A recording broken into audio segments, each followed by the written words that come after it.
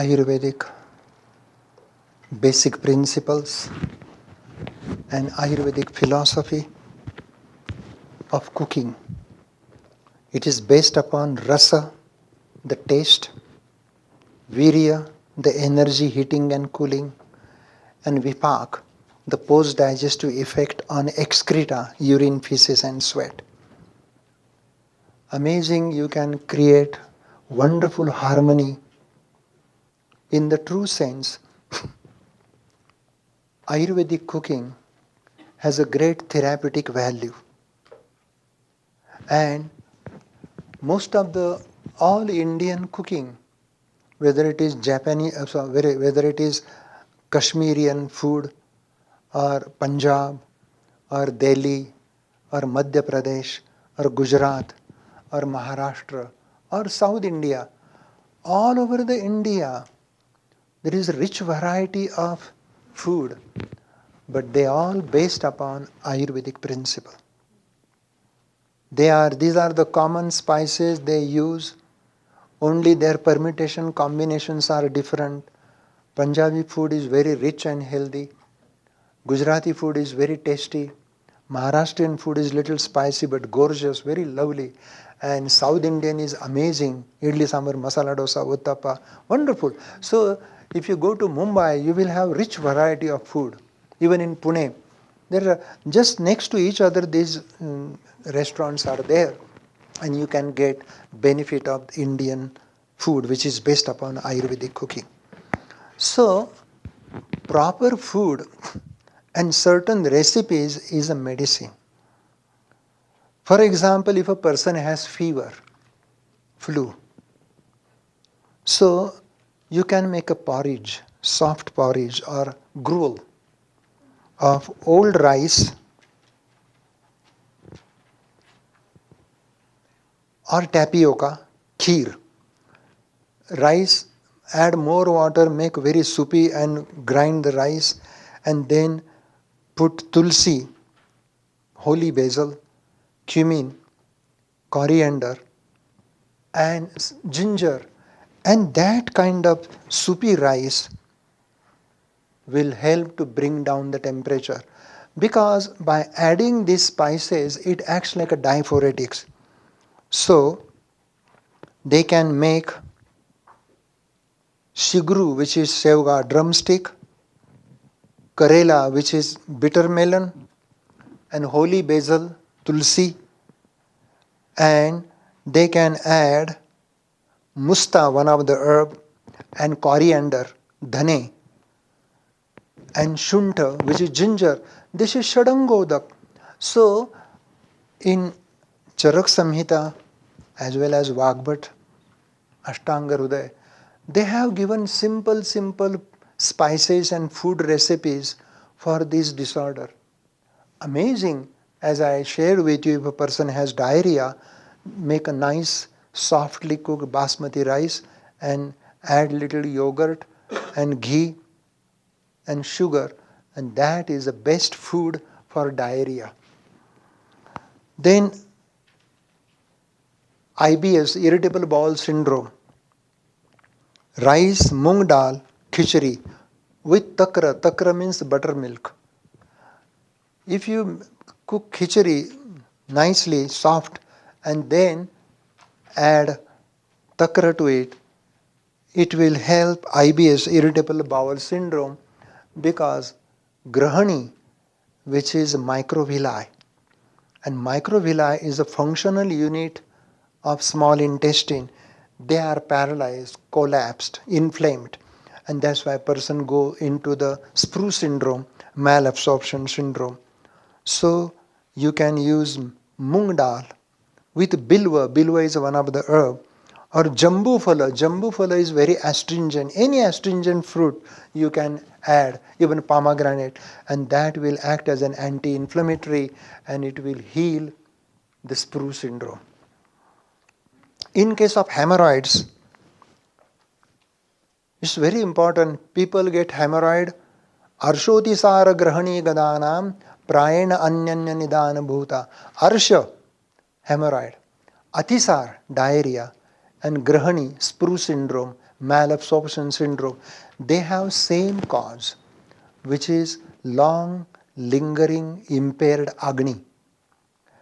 So Ayurveda gives such a great emphasis to the Agni. And Agni is your digestive capacity. And as I discussed during earlier session that there are 4 types of Agni. Vishama Agni, irregular digestion, is the cause of all Vata disorders, arthritis, rheumatism, sciatica. Tikshna Agni, Pitta, can create all Pitta disorders, diarrhea, including eczema, psoriasis, urticaria. All these Pitta-genic disorder, they have root cause is Tikshna Agni. And Manda Agni can create cold, congestion, cough, hypothyroidism, obesity, diabetes, and high cholesterol. They are all related to the Manda Agni. So hemorrhoids, which is arsha, white rice, yava, a special kind of grain, moong dal, as well as you can use milk and ghee at bedtime. Milk and ghee at bedtime is the best laxative for pregnant woman. Suppose pregnant woman is constipated, don't use castor oil, that is dangerous. Don't use even triphala, baby will start playing football. Yeah. So you can use 1 cup of hot milk with a teaspoon of ghee. That is the best laxative, and same laxative is good for hemorrhoids. And topically, to the external hemorrhoid, apply a mixture of 1 teaspoon of castor oil and pinch of turmeric. Just apply topically, it will heal the hemorrhoid, only underwear become yellow. But who is going to wash? You just wear yellow underwear, nobody will notice it.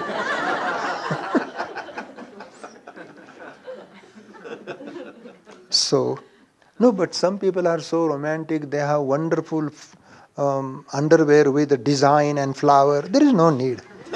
Just and patient of hemorrhoid is not interested in it. Then anorexia, chronic Agni Mandya. For Agni Mandya, chronic Agni Mandya, we can use Trikatu, ginger, black pepper, papirlangam, along with cumin, coriander, fennel, with takra. Amazing, takra is buttermilk which maintain the GI tract flora. And takra prashasti, this is very, prashasti means glory. The glory of takra is so important that takram shakrasya durlabam means even the king of all God, which is Indra, he is called Shakra, even king of God cannot get takra. We are lucky to have takra on the surface. Takram shakrasya durlaban, because he had fistula. That is why he is called Bhagendra.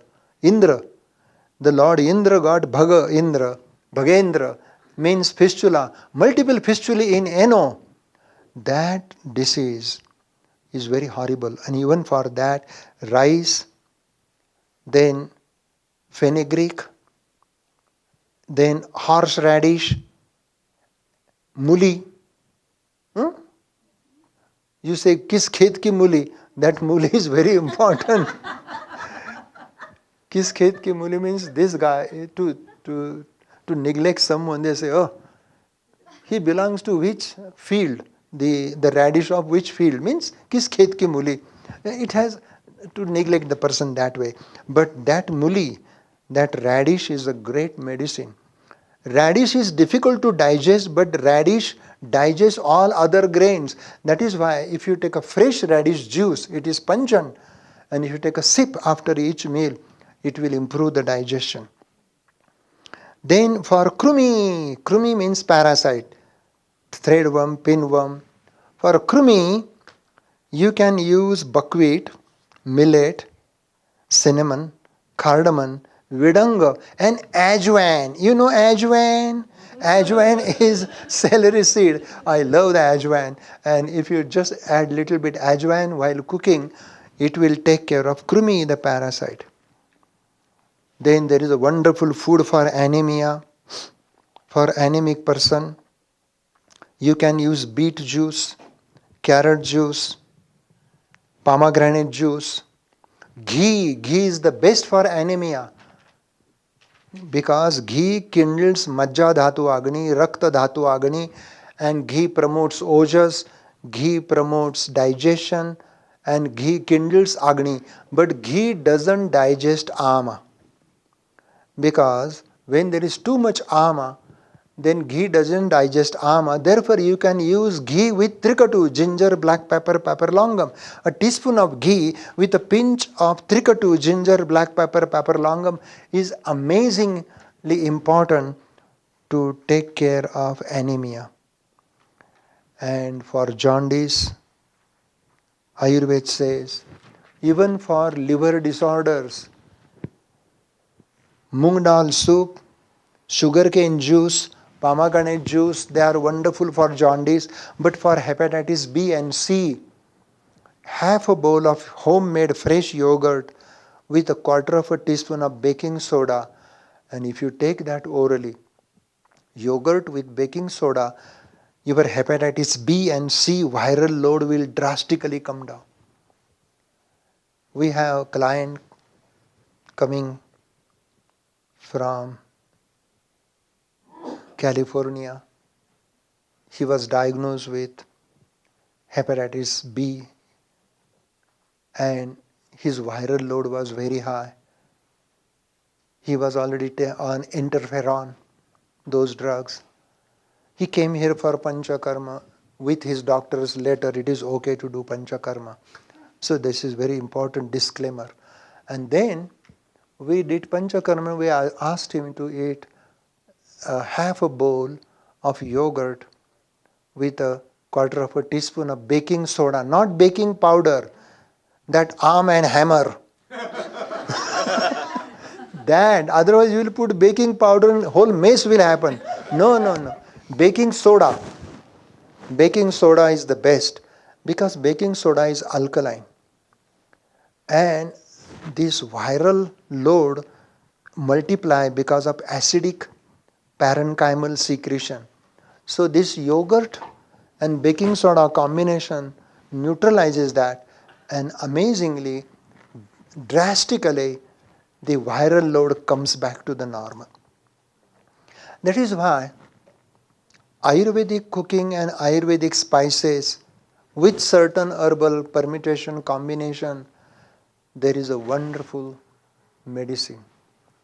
So you will surprise that proper food, and every fruit and every food has a great medicinal value. For example, green banana bhaji. Bhaji means vegetable.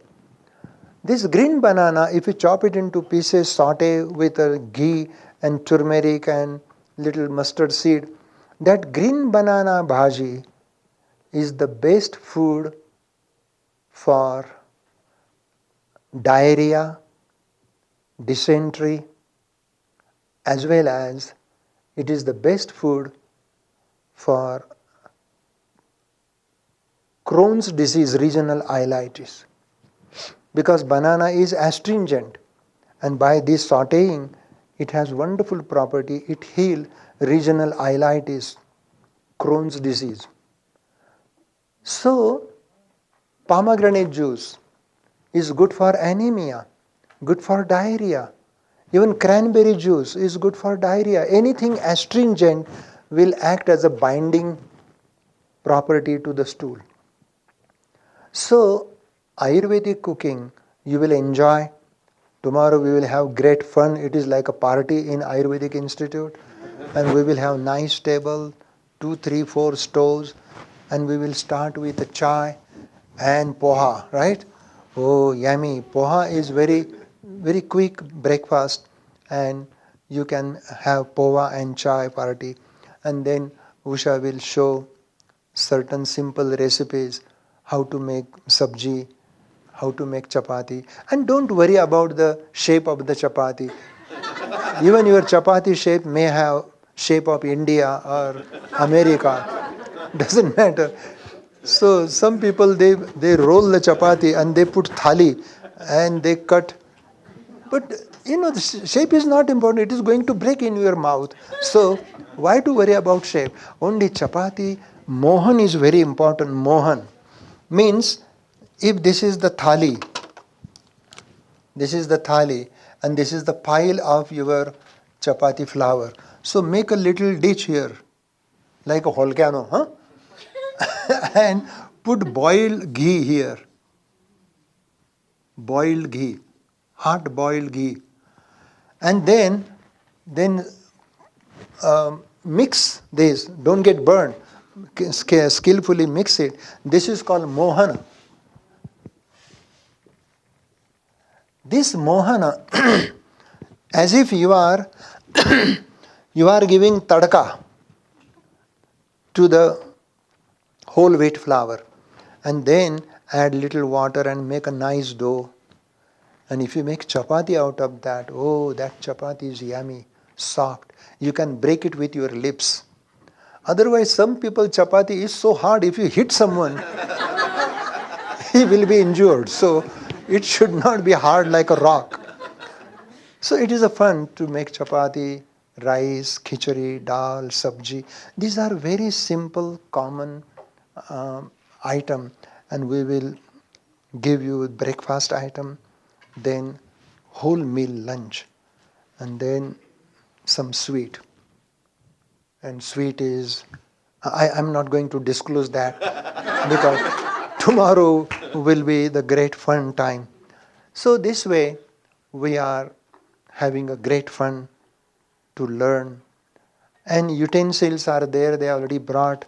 They need a pan, frying pan, then chapati roller, and that pot, and sabji, the vegetables, chopping the vegetable. One thing tomorrow I'm going to share with you, which is a very interesting, the ginger. If this is the ginger, and chop it into pieces, small. So like these are the slices in the plate. Then put little lime juice and pinch of rock salt. So this sliced ginger, these are ginger dollars, and just squeeze little lime and rock and just chew one or two.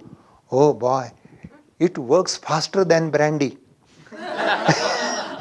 It will improve such a flavor of the food and you will suddenly become hungry. That is called ginger, lime, rock salt appetizer. Yeah, just one or two, and your flavor of the mouth will be improved. You will. And the concept of appetizer is different here, but appetizer in the sense which will stimulate your appetite, and that's very good. We will make that. So, any question you have about this? I have a question just about salts. About the difference between rock salt, sea salt, Himalayan salt. Oh, sea salt is sodium chloride. Sea salt is sodium chloride, NaCl. And that salt, sometimes it is free from iodine. Nowadays, you can buy sea salt with iodine. Iodine is important for thyroid. But taking sea salt too much will affect your blood pressure, will affect your kidney. And too much salt is not good. The rock salt is best, as well as these Himalayan salt. They are rich in iron, as well as they are rich in iodine. Those do have iodine. Yeah. That's very beautiful, and that salt will improve your thyroid function. If your thyroid gland is underactive, goiter, it will help. Because thyroid synthesizes iodine. And if there is no iodine, then thyroid cells undergo hyperplasia and person get tumor. So best way here. And sometimes we use regular sea salt with iodine. And Ayurvedic Institute has a package of small container with rock salt. So we can use that. Yes, sir. Let's see. You mentioned a recipe before that contained tricketu, and tricketu, if I recall correctly, is dry ginger, black pepper, and Pepper Indian long pepper. Ah. And then those three with the other three that you use for the tea here, the cumin, coriander, and fennel. Is that what you said? Those? No, cinnamon, cardamom. For tea, we will use cinnamon, cardamom, ginger. This is a different thing. This is different thing. I thought you said those 6 things then together in the buttermilk, or No, these are tea. See, this is interesting. Whenever we make tea, this is a nice tea cup. Steam is coming here. For making tea, we can put fresh ginger, cardamom,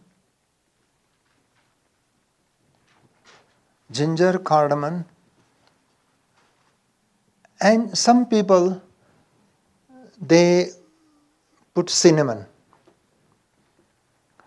So ginger, cardamom, cinnamon, this is wonderful because cinnamon is vasodilator, cardamom is good for heart, cardiac, and ginger is a wonderful Vishwa Bheshajam, it is universal medicine. Ginger kindles Agni. So this is for tea. Then we have one more recipe here. Whenever you are making takra, lassi, you can put either roasted cumin powder. That cumin powder roasted on the takra will not create mucus and it will improve the digestion. Many people, they like mango lassi. It tastes great, but it is incompatible combination. Mango never goes with yogurt, lassi. Then it will ferment and it will create pitta and gas and all that stuff. So ideally, you can have sweet lassi, you can put sugar. Or you can have salt, a pinch of salt also in the lassi. That will also improve the flavor. And cumin is very digestive. Some people put coriander in it, the cilantro. Cilantro with lassi is yummy, very good. It is pitta pacifying. So this is lassi recipe. You said roasted cumin? Rather Roasted. than just regular cumin? If you roast, then you will get more flavor. So like using the seeds? Yeah, just roast the seed and powder them and make this powder ready. And whenever you make lassi, just put a sprinkle on it, just one pinch. Oh, that is yummy. That will improve the flavor of the lassi and it will improve the digestion. And was long pepper in that too? In the vodka? Long pepper in the lassi will be good for patient of asthma because pipli is the pepper longum. It is good bronchodilator. It really improve pulmonary congestion. It will heal the pulmonary congestion. For pranavaha srotas, respiratory passage, the best rasayan is pipli, piper longum. But generally piper longum doesn't fall under the spices. In Ayurvedic cooking, they hardly use piper longum. But trikatu you can use as seasoning. Sometimes if you eat pizza and if you just sprinkle trikatu, oh yummy, then pizza will taste good and it will be easily digested. But trikatu falls under Ayurvedic medicine. It is herbal protocol. Ginger, black pepper and piper longum. Trikatu is good for Deepan Pachan, kindling Agni and digesting Ama. So for that reason, we can make, even Hingashtak, Hingashtak, Trikatu, Ajamoda, Saindavam, Jirake, Dve, Samadharana Dhrutanam, Ashtamo Hindu Bhaga. So Hingu, asafoetida roasted with a ghee and then powder. And then they add asafoetida, cumin. There are two types of cumin, black cumin and brown cumin. The black cumin is called Shahajire, the royal cumin. It is very important, hard to get, difficult to get it here. The black cumin is important because it is digestive. And black cumin reduces cholesterol. It is very good for gallstone, black cumin. So, but difficult to get it here. Can you get it here? Black cumin. Oh, that's great. Yeah. Absolutely. So that jeera ke dve, two kind of jeera, cumin, regular brown cumin and black cumin. That is why Hingashtak Churna, though it is standard Ayurvedic formula, herbal formula for gas, flatulence, digestive tract disorder, it can be added as a seasoning. When your soup is ready, just sprinkle Hingashtak. We'll show you Hingashtak powder tomorrow, and that can be used as a wonderful seasoning. So, there is a goddess of cooking called Annapurna. Annapurna. You know, all these ancient Vedic deity, they have their instrument, like Lakshmi hold flower in her hand, Durga hold Trishul in hand, and Annapurna hold a big spoon in her hand, or a big ladle in her hand. She is symbolically the goddess of cooking. So really, if you want to receive the blessing of deity of cooking, you should have that picture of Annapurna. If you go to the Google and if you type Annapurna, you will have wonderful picture. Just blow that picture and put that picture in your kitchen in the northeast zone. Oh boy. And whenever you cook the food, first offer to the Agni, offer to the Annapurna, and then food, cooking food is meditation. When you are cooking food for your family, it really brings love, compassion. Why families are falling apart? Because they are missing cooking, you know. Instead of cooking, they cook some weird thing in the brain. So we should not cook something in the brain, but cook something in the kitchen.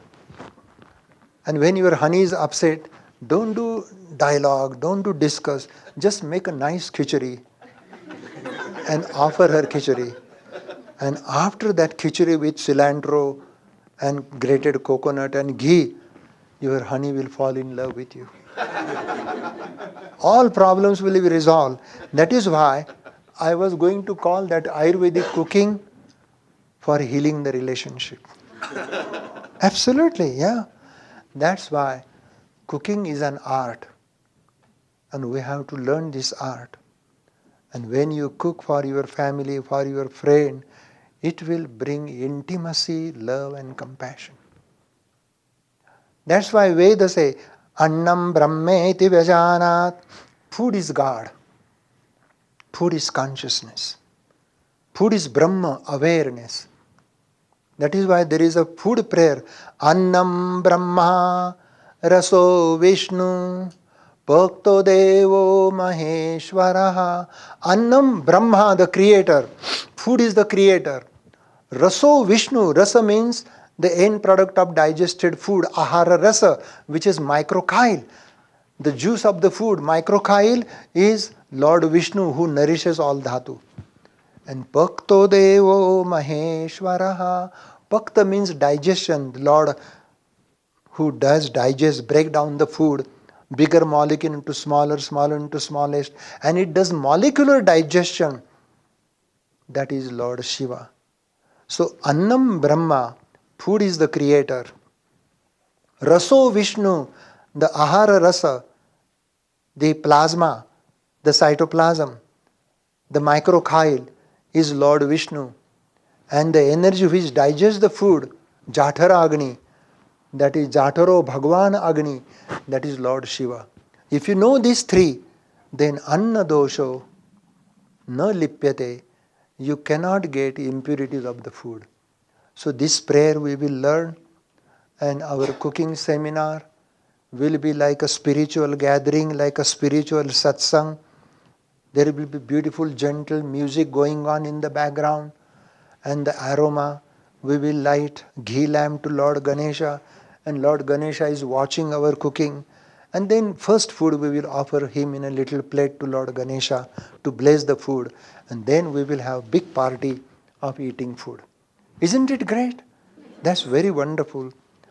Description is not described, so I don't want to describe it. But tomorrow you will feel the glory, the healing power of Ayurvedic cooking. Any question?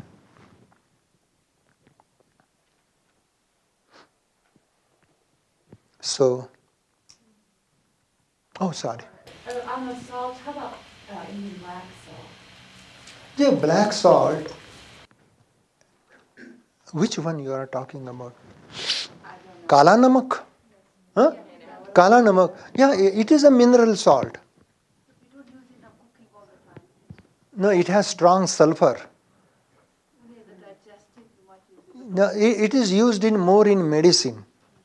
Kala namak used in more medicine. You can use rock salt, mineral salt, or Himalayan salt, or if you don't get, just buy regular salt with iodine.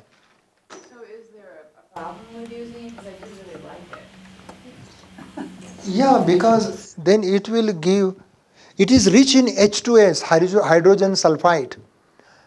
And when you pass gas, oh, people will hold nose. Sorry.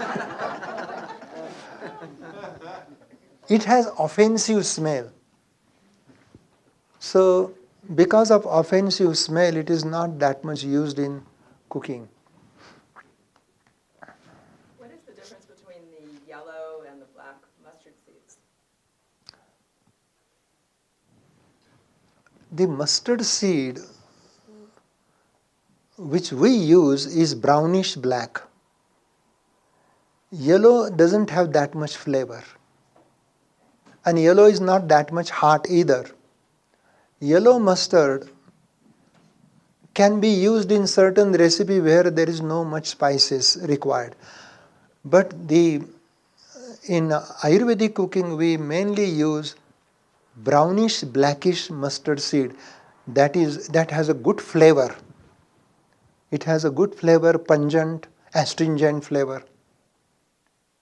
And that's why along with cumin and mustard kindle agni, that is deepen, and jeeraka, cumin help digestion.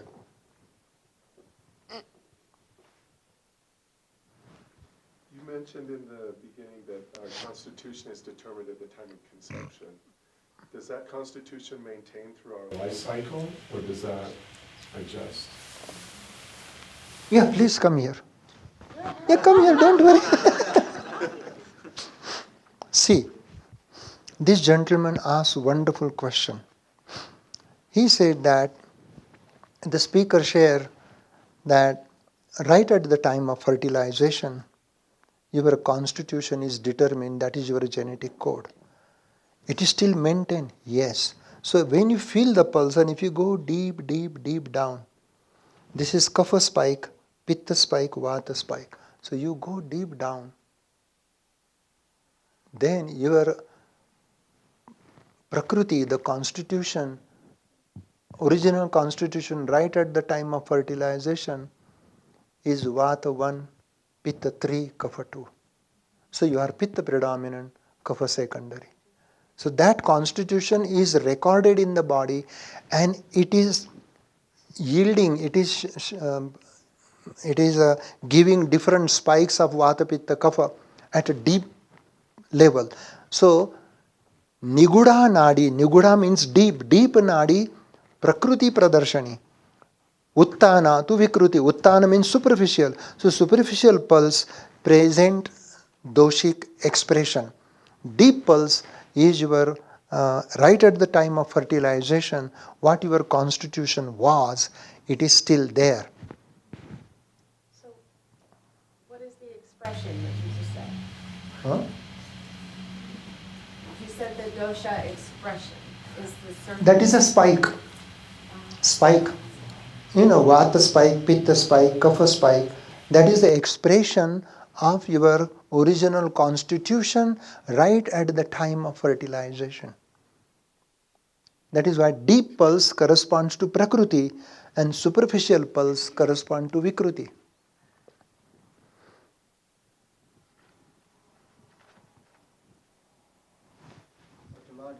You were talking about some foods are alkaline, so they make your blood more alkaline, which prevents disease. And I've also heard that some people say that because there's acids in the stomach, even if you eat alkaline foods, the acids will make it acidic, Correct. so it doesn't affect your metabolism as much. Can you explain that? Because I've never really understood it very well. This modern concept of alkaline food and acidic food, it works to some extent, but if we go more in deeper, then it doesn't make proper sense, because Ayurveda talks in terms of food choices according to Agni. Tikshnagni Pitta, Mandagni Kapha, Vishamagni Vata. Now, meanwhile, there was a diet according to blood group. A, B, AB and O. O group is Pitta.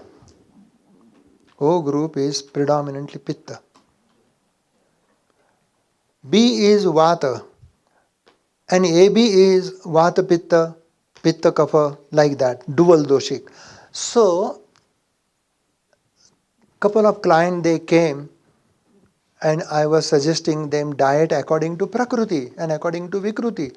And they were amazed. They said, my God, what diet you gave, it exactly my blood group is O and it fit.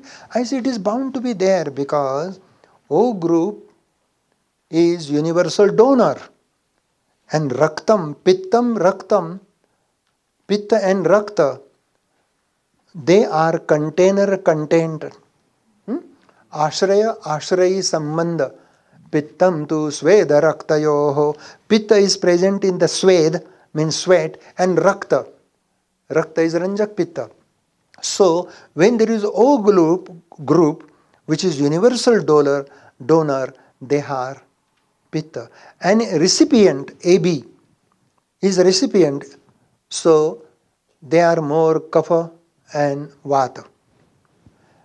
And B is Pitta predominant, but secondary is Vata or Kapha, depending upon Prakruti.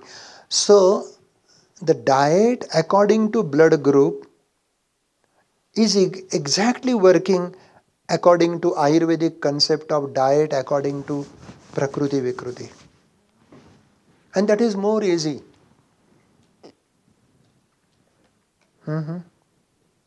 So,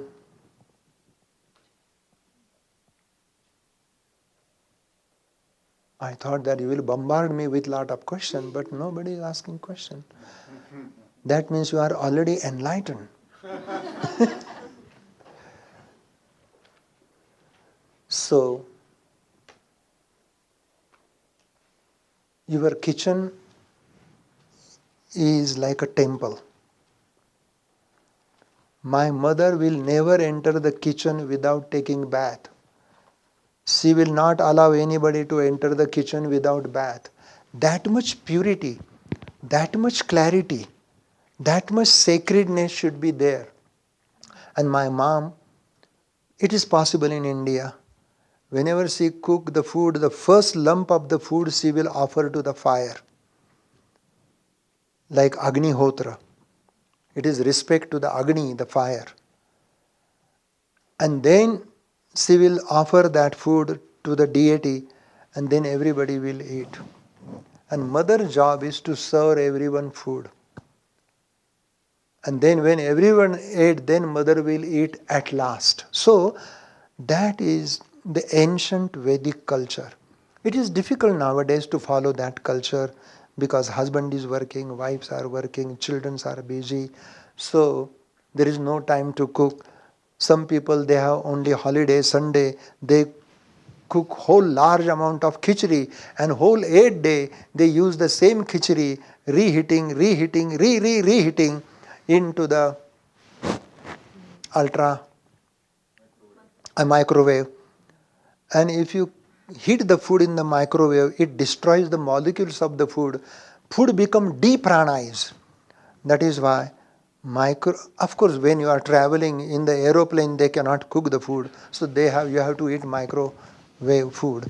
But don't use microwave, just use your regular fire for cooking, and that food has incredible taste. If you want to heat your chai or milk, that's fine, you can use microwave. But don't heat your khichdi in the microwave. You have stove, you can cook it on stove, add little ghee.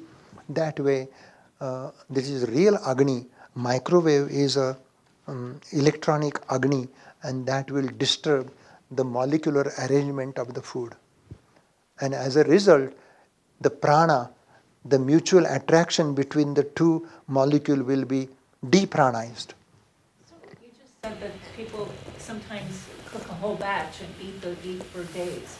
I thought that there was such a strong emphasis on eating fresh, maybe 2 days. No. I'm not saying do that. People do that.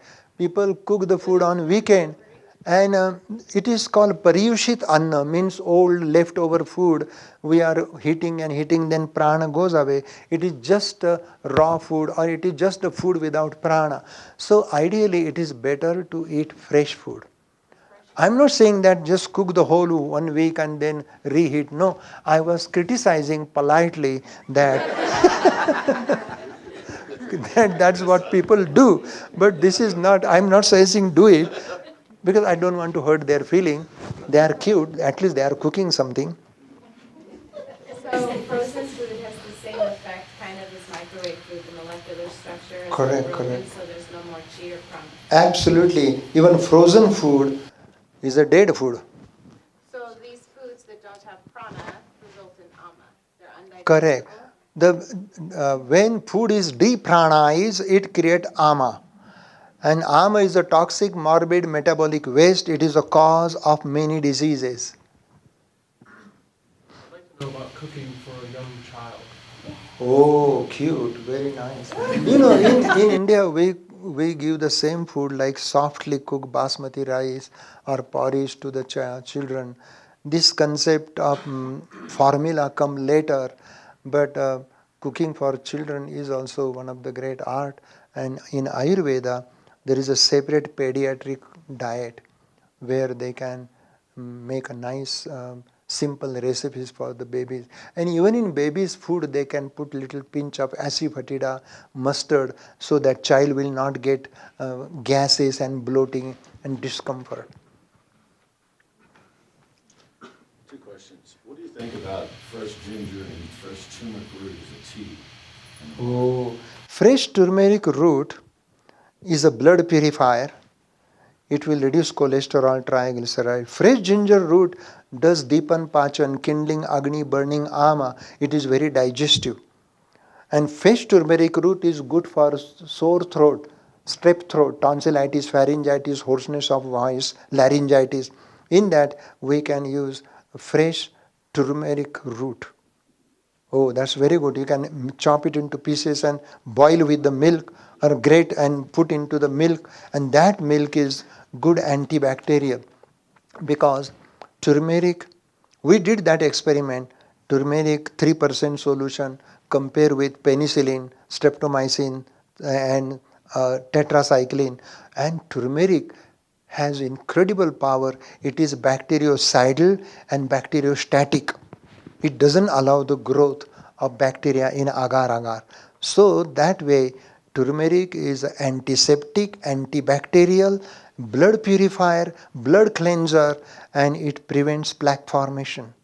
But you want to put it in warm milk, is what you're saying. Right. Not in water, not like ginger. No. Okay. You have to boil with the milk. Okay. Boil with the milk. Oh, yummy. Have you tried that?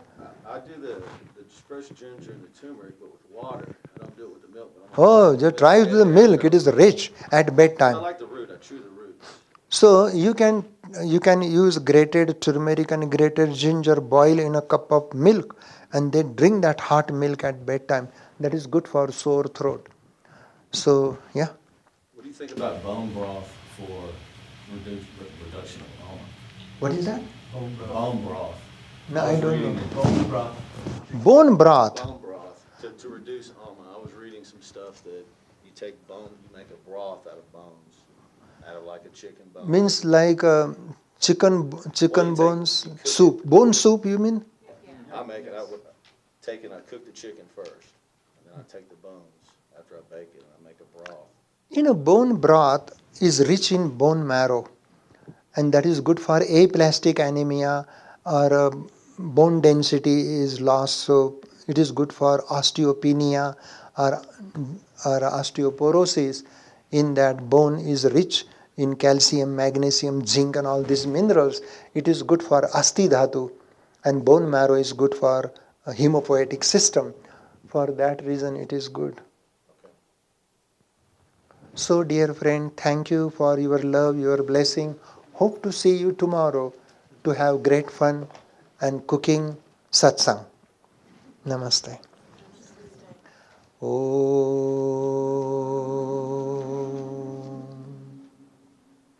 Sahana Bhavatu Sahanau Bhunaktu Sah Viryam Karavavahai Tejasvinavadhitamastu Ma Vidvishavahai Om Shanti Shanti Shanti Devi Sureshwari Bhagavati Gange Tribhuvana Tarini Tarala Tarange Shankara Mauli Viharini Vimale Mamma Matirastam Tava Pada Kamale Bhagirathi Sukhadaini Mata Tava Jala Mahima Nigame Khyata Naham Jane Tava Mahimanam Trahi Kripa Mahimam